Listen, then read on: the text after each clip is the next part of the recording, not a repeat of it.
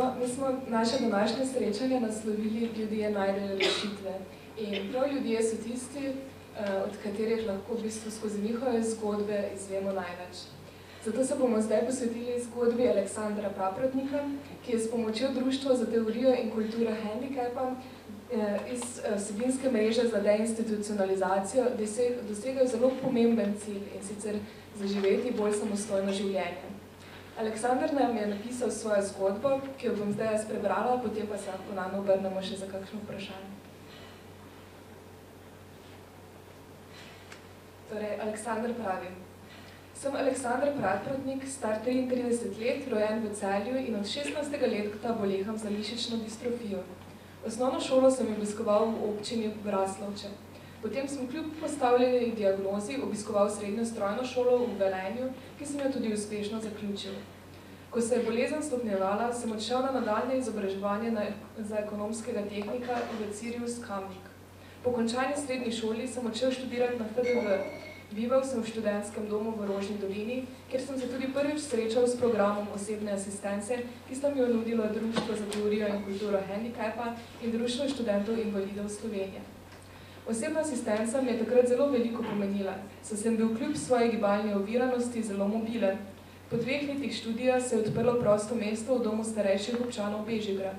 Prav zaradi poslabšanja zdravstvenega stanja sem bil nekako primoran iti v dom, čeprav ne čisto po svoji volji.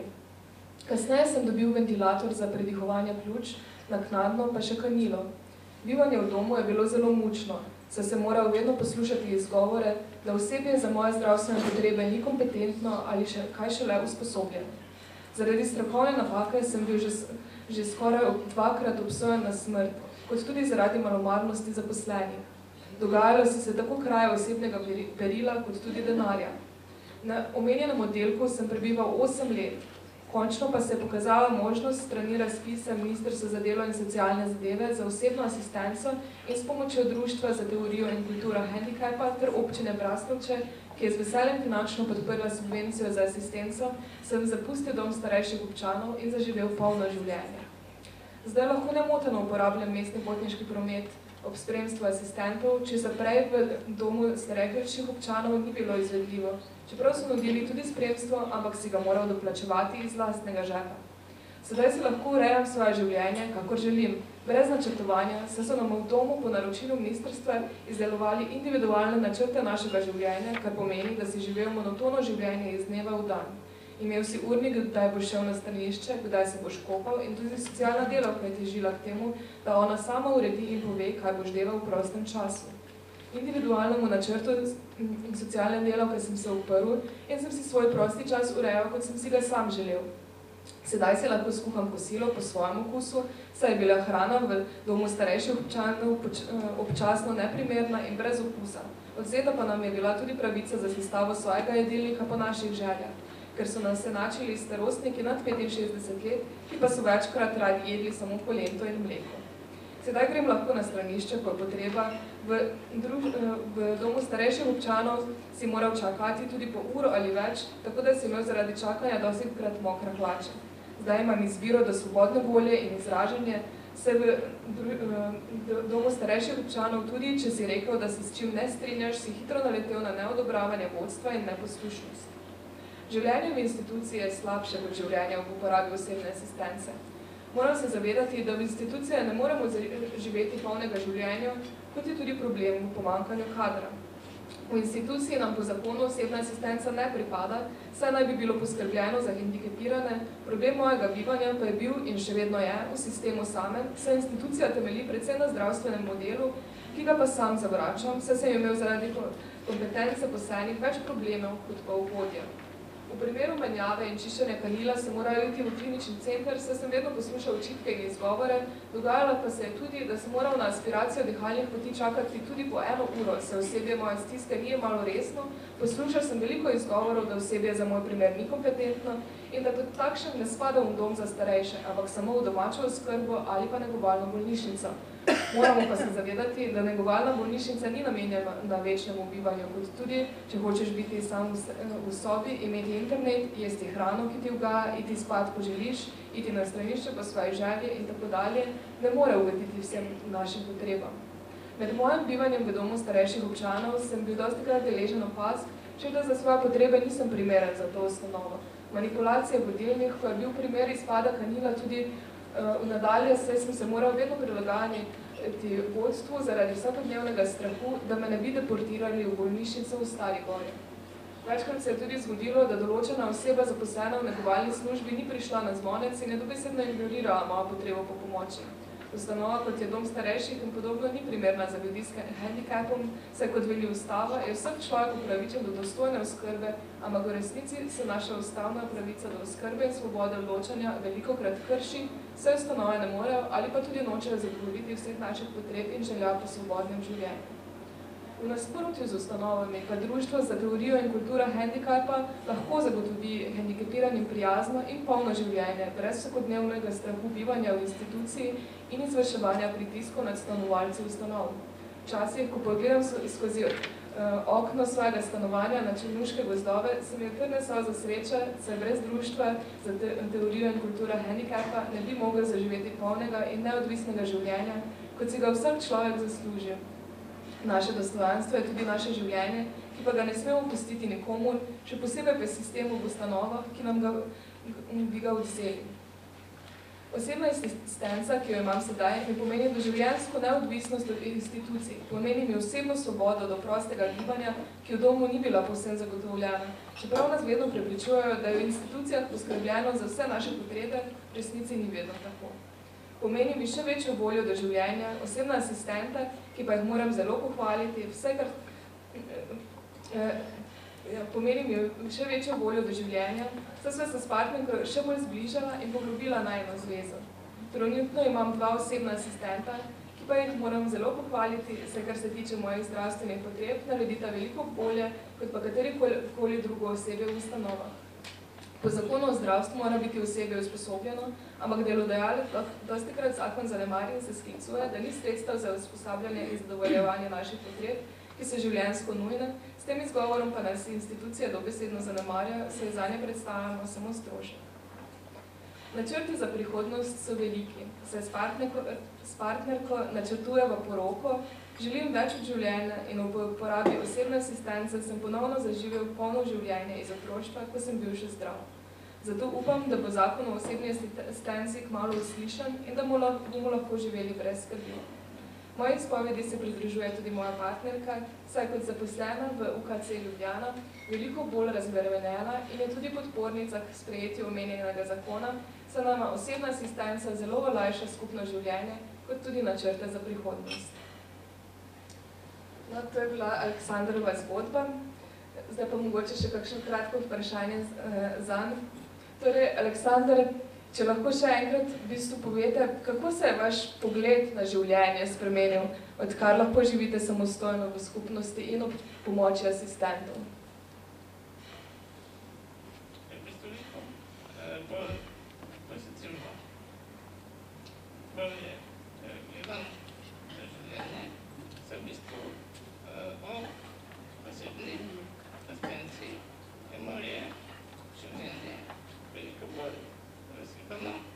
In tudi bolj samostojen. Kot pa, če bi živel v ustanovi, če bi živel v ustanovi, kakršni so bili vedno dobili, pa bi bila moja asistenca še celo obešljiva. Ker glede na to, da sem že skoraj 2-krat umrl, se v bistvu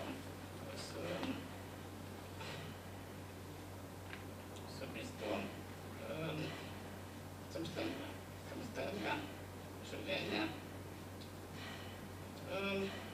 sem veliko bolj sproščen in veliko bolj zaupan asistentom, kot pa vseh v ustanovi. Ja, v zgodbi ste omenili tudi, da sedaj radi počnete nekatere stvari, kot na primer kuhanje. Kaj torej lahko počnete zdaj in kako vam osebna asistenta pomagata pri tem?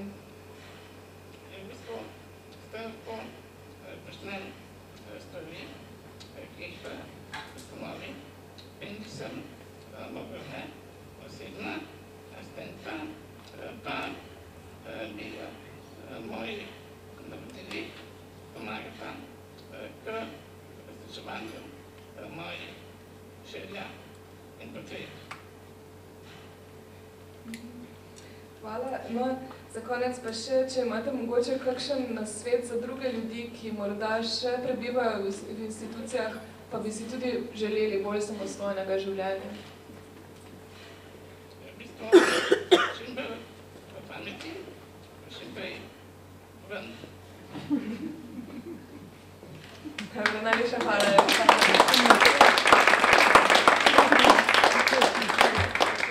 No, o delovanju in ciljih mreže nevladnih organizacij za deinstitucionalizacijo pa nam bo zdaj na kratko nekaj povedala še Klavdija Kuropat iz Društva za teorijo in kulturo hendikepa.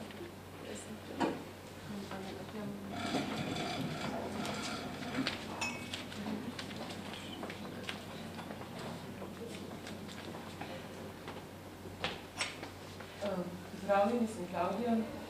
V mreži za deinstitucionalizacijo si prizadevamo povezovati in povezujemo nevladne organizacije, predvsem s področja socialnega varstva, ki že izvajajo programe v skupnosti, oziroma mi si želimo tudi v prihodnje dobiti pravice oziroma storitve in se zavzemajo za deinstitucionalizacijo. Deinstitucionalizacija v bistvu pomeni prehod iz institucionalnega varstva v neodvisno življenje v skupnosti, kar se lepo vidi tudi na primeru Aleksandra. Aleksander je za življenje v skupnosti potreboval v bistvu samo osebno asistenco, poleg seveda tudi prostora, ki je bivati. Imamo pa tudi veliko drugih in drugačnih, različnih uporabnikov, ki potrebujejo drugačne storitve v skupnosti. Eden od ciljev naše mreže je, da se storitve v skupnosti postanejo pravica posameznikov. Kajti sedaj je večina teh storitev na voljo le v omejenem obsegu, se pravi le za določen krog ljudi. V našem društvu dajemo prednost tistim, ki potrebujejo veliko osebne asistence in ni na voljo vsem. Pravice v skupnosti niso pravice posameznikov. Čeprav je Slovenija podpisala in ratificirala konvencijo o pravicah invalidov, kjer v 19. členu jasno govori, da imajo identificirane osebe, ne glede na vrsto hendikepa, pravico izbirati, kje bodo živele, ter morajo imeti podporo za življenje, za neodvisno življenje v skupnosti. Ampak od podpisa do implementacije je dolga pot. Mislim, da v našem društvu in zadnje leto tudi v naši mreži vedno bolj v bistvu ugotavljamo ne samo dolga pot, ampak tudi zelo dolgotrajna in za marsikoga mučna. Mi smo zelo veseli za Aleksandra. On je eden naših zadnjih uporabnikov, ki je prišel iz institucije in zaživel neodvisno v skupnosti. Ampak moramo vedeti, da je še veliko ljudi, ki nima možnost izbire, ki nima možnost se vključevati v različne programe, ker so programi omejeni in ki nima dostopa do storitev skupnosti. Se pravi, so jim kratene osnovne človekove pravice. Hkrati pa moramo še poudariti to, da kot vsebinska mreža za deinstitucionalizacijo si prizadevamo biti enakopraven in enakovreden sogovornik pri oblikovanju politik pri samem procesu deinstitucionalizacije. Naš velik strah z področja nevladnih organizacij namreč ta, da bi deinstitucionalizacija, ne glede na to, da je prepoznana kot pomembna dejavnost v naši državi, potekala na tako imenovani institucionalnem način. Kajti za nas inštitucije niso samo zidovi, posebni zavodi, kombinirani zavodi, domovi za ostarele. Za nas je inštitucija lahko že to, da se ti dogaja na tvojem lastnem domu. Se pravi, da nimaš možnost odločati o tem, kdo ti bo nudil določeno storitev, storitev in kako ti jo bomo. Se pravi, zopet nimaš možnost odločanja o lastnem življenju. Tako da jaz upam še vnaprej, da bomo kot vsebinska mreža tudi obstali in ostali, ter skozi njo lažje dosegali določene cilje. Eden med njimi, ki je Aleksander tudi že omenil, je zakon o osebni asistenci, za katerega si kot naše društvo prizadevamo že, mislim, da zadnjih 10 let. V okviru mreže pa smo našli tudi sogovornike med drugimi nevladnimi organizacijami. Meni se zdi res najbolje biti spremljeni, kot je že Tereza povedala. Hkrati pa moramo vedeti, da tudi nevladne organizacije nismo vse mogoče.